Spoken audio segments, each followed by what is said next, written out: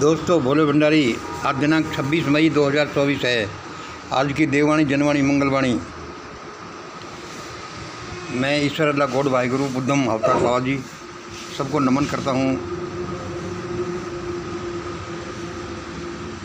और ईश्वर से प्रार्थना करता हूँ कि ईश्वर सबका भला करे। ईश्वर मेरे सामने खड़ा है, वह मुझे बताता जाता है कि मंगल देखो, अब ऐसा ऐसा होगा। वही मुझे ये वाणी सुनाता है जो मैं आपको सुना देता हूँ। दोस्तों, आजकल जब हम सोशल मीडिया में देखते हैं तो सब जगह एक ही चर्चा है, और जिधर देखो उधर ज्योतिषी। जिस चैनल पर भी देखो वह ज्योतिषी क्या कह रहा है, वह ज्योतिषी क्या कह रहा है, उसकी ज्योतिष क्या कह रही है। मंगल यहाँ बैठा हुआ है, बुध का गोचर चल रहा है, बृहस्पति कहाँ पर है। इस तरह की हम बातें सुनते हैं।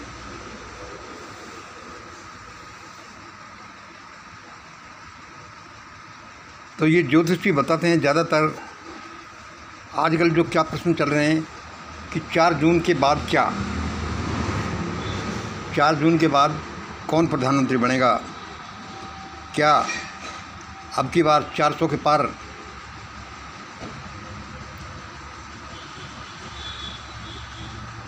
तो दोस्तों सुनो, इसमें देववाणी क्या बोलती है।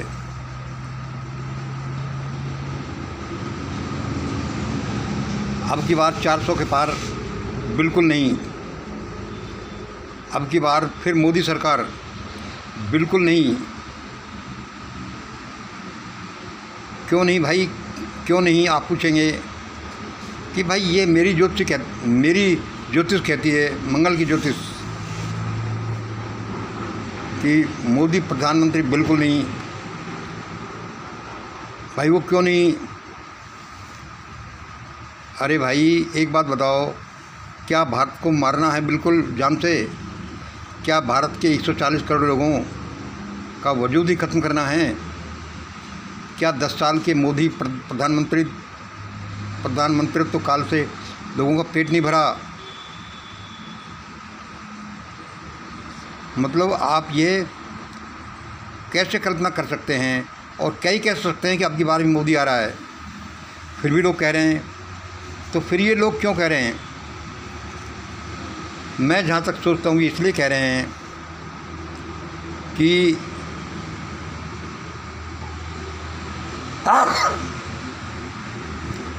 बहुत से ज्योतिषी तो आजकल पेड एस्ट्रोलॉजर होते हैं, पेड एस्ट्रोलॉजर्स होते हैं, जैसे एंकर्स होते हैं पेड, या उनका कोई लोभ जैसा भी है, या कोई डर, इसी तरह से ज्योतिषी भी ऐसे होते हैं।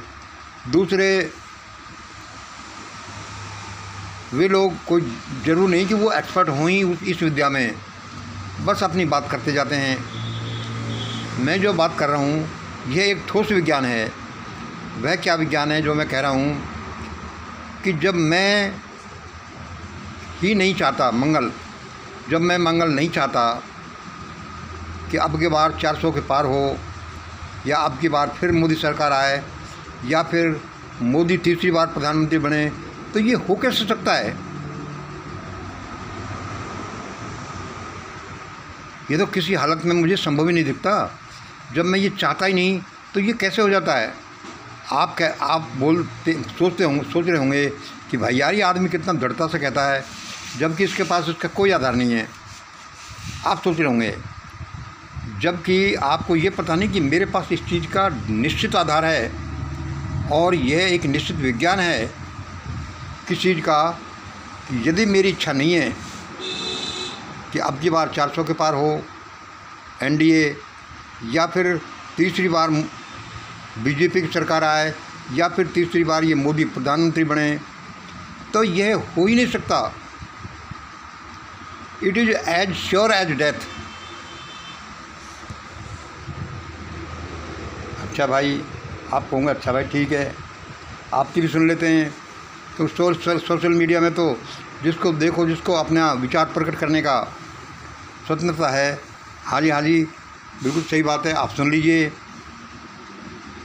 लेकिन ये देखिए कि आप जब ये कहते हैं कि अब की बार 400 पार या तीसरी बार मोदी प्रधानमंत्री या अब की बार भी बीजेपी की सरकार, तो मुझे एक तो क्या लगता है कि आप लोग बिल्कुल अवैज्ञानिक हो और आप लोग देश का भला नहीं चाहते। मतलब आपके पास कोई आधार नहीं है कि भाई आप ऐसा सोचें। और आप देश का भला क्यों नहीं चाहते? क्योंकि तीसरी बार के लिए मोदी का नाम लेना, तीसरी बार के प्रधानमंत्री काल के लिए मोदी का नाम लेना, ये समझ लो कि देश पर आफतों की बरसात करना है, सिर्फ इसी बात से कि आप ऐसा कह देते हैं। भाई इसी बात से कैसे तकलीफ़ होगी? क्योंकि आप जो कहते हैं वो कोई ऐसे नहीं हो जाता। आप जो कहते हैं उसका एक निश्चित असर होता है। ये आप जो कहते हैं वह आपकी इच्छा शक्ति के अनुसार होता है, और आपकी इच्छा शक्ति और आपके शब्द इस ब्रह्मांड में एक बड़ी चीज़ हैं, जिनका चाहे आपको पता हो या नहीं हो कि ऐसा होता है। क्योंकि यहाँ पर ज़्यादातर कार्य संचालन आपकी इच्छा शक्ति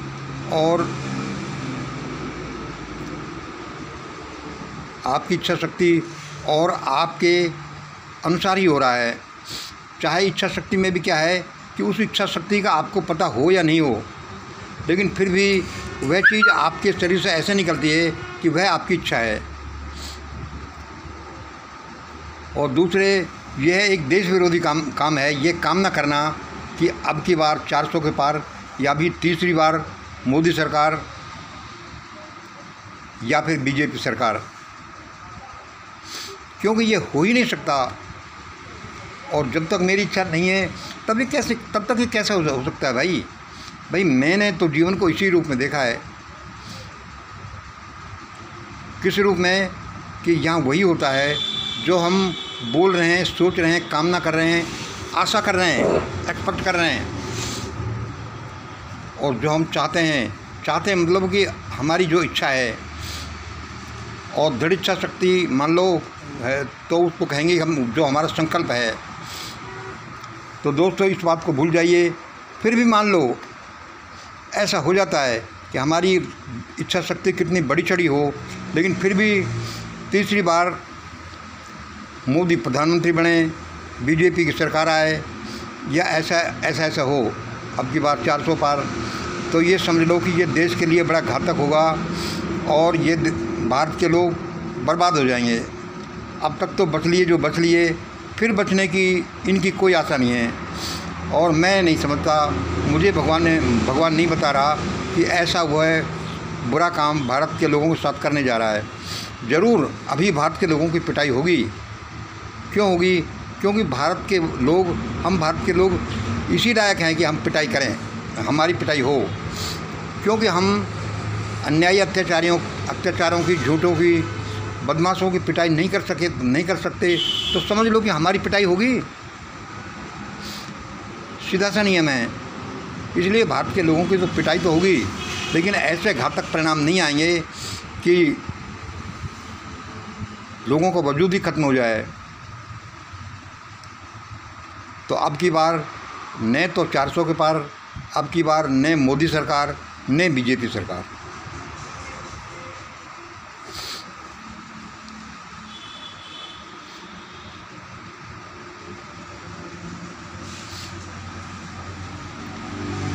और मैं आपको एक रास्ते की बात बताऊं, वह क्या है कि India is a country of spoiled mind. India is a country of spoiled mind. Bharat एक बिगड़े हुए दिमाग का देश है, और जिस एंटिटी का, जिस शख्सियत का दिमाग ख़राब हो गया, वह समझ लो कि वह एंटिटी ही ख़राब हो गई। चाहे वो देश हो, चाहे आदमी हो, चाहे कोई ग्रुप हो, चाहे कोई भी हो, ऑर्गेनाइजेशन हो, जैसे भी हो, यदि उसका दिमाग ख़राब हो गया तो समझ लो कि वह चीज़ ख़राब हो गई। भारत में अच्छी चीज़ का विकास तो होता ही नहीं, क्योंकि यहाँ की व्यवस्था ही उल्टी व्यवस्था रही है। यहाँ पर चोरों को, उचक्कों को, झूठों को, लफंगों को, बदमाशों को, इनको ही सम्मान देते हैं। यहाँ पर कोई सत्य की पूजा होती नहीं है।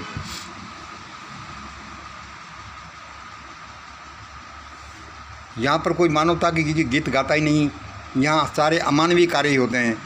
इन्हीं अमानवीय कार्यों की वजह से हम पहले दुख पाए। मुट्ठी मुट्ठी भर लोग हमारे यहाँ आते थे, हम पर राज करते थे, हमें लूट कर ले जाते थे, और फिर उन्होंने कुछ यहाँ सुधार किए। यहाँ के लोगों से कोई सुधार नहीं हुआ।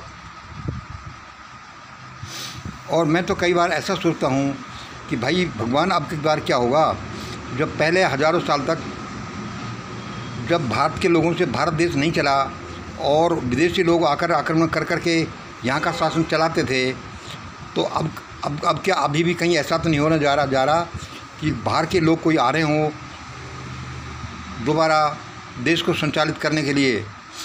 भाई हो भी सकता है, यदि हम भारत के लोग नहीं सुधरे, हमने आंख नहीं खोली, हमने आलस्य नहीं त्यागा और हमने अन्याय अत्याचार के विरुद्ध हुंकार नहीं भरी, तो ऐसा भी होगा और प्रकृति बड़े भयानक रूप में हमारे साथ पेश आएगी।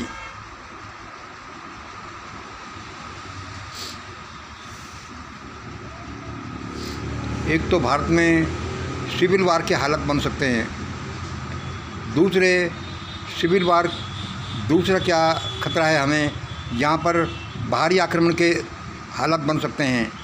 तीसरे, सिविल वार और बाहरी आक्रमण का भी मान लो नहीं हो तो क्या है कि प्रकृति भारत से बहुत नाराज़ है, भारत के लोगों से बहुत नाराज़ है, क्योंकि हम हैं जो anti humanity, anti creatures, anti divine कार्य करते रहते हैं। ज़्यादातर हमें सत्य से तो कोई मतलब नहीं है, क्योंकि यहाँ की व्यवस्था ही ऐसी है। यहाँ पर झूठ, चोरी, लुच्चापना, बलात्कार और अन्याय अत्याचारी का ही साथ दिया जाता है। उसी को बड़ा माना जाता है, उसी की पूजा की जाती है। ये यहाँ के डीएनए में शामिल हो गया है। इसलिए भारत का भला कैसे हो, बड़ा मुश्किल है। और देश के शासन की बागडोर ऐसे लोगों के हाथ में, जो पिछले 10 सालों से ऐसे लोगों के हाथ में रही है। लोग कहते हैं कि अब अच्छा होगा। मैंने तो 2013 में ही कह दी थी, जब कि भाई सिविल सोसाइटी बनी है और इंडिया अगेंस्ट करप्शन चल रहा है और भाई अब ऐसा करेंगे। मैंने तो तभी कह दिया था कि ये लोग कुछ नहीं कर सकते और ये देश की और ज़्यादा दुर्दशा करेंगे। और अब तो क्या है कि ये लोग क्यों कहते हैं कि अब की बार 400 के पार, अब की बार फिर मोदी सरकार और अब की बार फिर बीजेपी आरएसएस की सरकार। तो इसके कहने का बड़ा कारण है। यहाँ जो क्या चलता है कि माइट इज़ राइट चलती है। वो ये क्यों कहते हैं कि ऐसा कहने में उनके लिए अच्छा है। जैसे मैंने अभी कहा कि ज्योतिषियों के लिए, पेड ज्योतिषी होते हैं, उनके लिए कुछ लोभ भी दिया जाता होगा जो ऐसा बोलते हैं। दूसरे क्या है, उनका सोचना भी कुछ लॉजिकल है, क्योंकि यहाँ पर धन का बंटवारा, सत्ता का बंटवारा कुछ इस तरह से हुआ है कि कुछ मुट्ठी भर लोगों के हाथों में सारा धन और सारे सत्ता है। तो वे क्या करें, या तो लोगों के वोट से वो जीतेंगे या फिर क्या है कि जो एमपी की खरीद फरोख्त होगी उसमें वो जीतेंगे। और इससे भी पहले क्या हो सकता है कि ईवीएम ही जिंदाबाद है। ऐसा कैसे हो सकता है कि पहले गड़बड़ी ईवीएम में हुई जो कि अब नहीं होगी, अभी भी जरूर होगी। तुम पूछोगे भाई तुम कैसे कह सकते हो कि ईवीएम में गड़बड़ी हुई थी। यह बिल्कुल निश्चित है कि ईवीएम के बिना गड़बड़ी हो ही नहीं सकता। क्यों? ये बड़े एक लॉजिक पर आधारित है। जब ये लोग ऐसा कर सकते हैं, देश के संसाधनों को ऐसे खुर्द-बुर्द कर सकते हैं, ऐसे नियम बना सकता है, इतनी क्रूरता से शासन कर सकते हैं, देश के लोगों को मारने के लिए कुछ भी सोचे नहीं और 200 करोड़ वैक्सीन लगा सकते हैं, तो ये क्या नहीं कर सकते। ईवीएम तो इनके लिए छोटा सा काम है, तो या तो वैसे या ईवीएम से करेंगे। ईवीएम में कुछ कसर रह गई तो ये खरीद फरोख्त होगी। इसलिए संभावना यही है कि शायद मोदी सरकार फिर तीसरी बार सत्ता में आ जाए। लेकिन चाहे कितना ही मैनेज कर लें, लेकिन प्रकृति भी कुछ है। प्रकृति जो ईश्वर है, ये सत्ता को ये देश का शासन प्रशासन चला नहीं पाएंगे। और यहाँ पर परिस्थितियाँ ऐसी बन जाएंगी कि इनका शासन प्रशासन चलाना तो दूर, इन लोगों के जो आज के शासक प्रशासक हैं, इन लोगों को अपनी जान बचाना ही मुश्किल हो जाएगा। क्योंकि इनके कर्म ही बहुत बुरे हैं। इन्होंने पिछले हज़ारों साल से और अब पिछले 10 सालों में जो देश के साथ किया है वह भयानक नहीं, अति भयानक है। वह जीव मात्र के साथ, प्राणी मात्र के साथ, वह मानवता के साथ और वह परमात्मा के साथ जो कुठाराघात इन लोगों ने किया है, अब ये लोग बच नहीं सकते। इसलिए इनके लिए भी अच्छा ही हो कि ये लोग अब सत्ता से दूर ही रहें। यदि ये सत्ता पर काबिज हुए तो इनके साथ और भी इतना बुरा होगा कि ऐसा होगा कि भाई इससे तो अच्छा हम सत्ता में आते ही नहीं न, तो ठीक रहता। भाई आज का देवी समाचार मेरे को यही दिया गया, मैंने आपको दे दिया। इन्हीं के साथ मैं अपनी वाणी को विराम देता हूँ। जय हिंद, जय भारत। इस बारे में मैं आपको कभी बाद में बताऊँगा कि मैं ये क्यों कहता हूँ, मैं कैसे दृढ़ता से कह सकता हूँ कि ये सत्ता में तो जब आएंगे तीसरी बार, जब मैं चाहूँगा। सत्ता में तो जब आएंगे तब आएंगे जब मैं चाहूँगा। जब मैं चाहूँगा ही नहीं तो ये सत्ता में आके से जाएंगे। फिर भी आ गए तो वह सत्ता पाना तो दूर, उनको जीना मुश्किल हो जाएगा। जीना क्या, इनको मरना मुश्किल हो जाएगा कि भगवान जल्दी मारो हमें। ऐसी हालात पैदा होंगी देश में और यही होकर रहेगा। धन्यवाद। जय हिंद, जय भारत।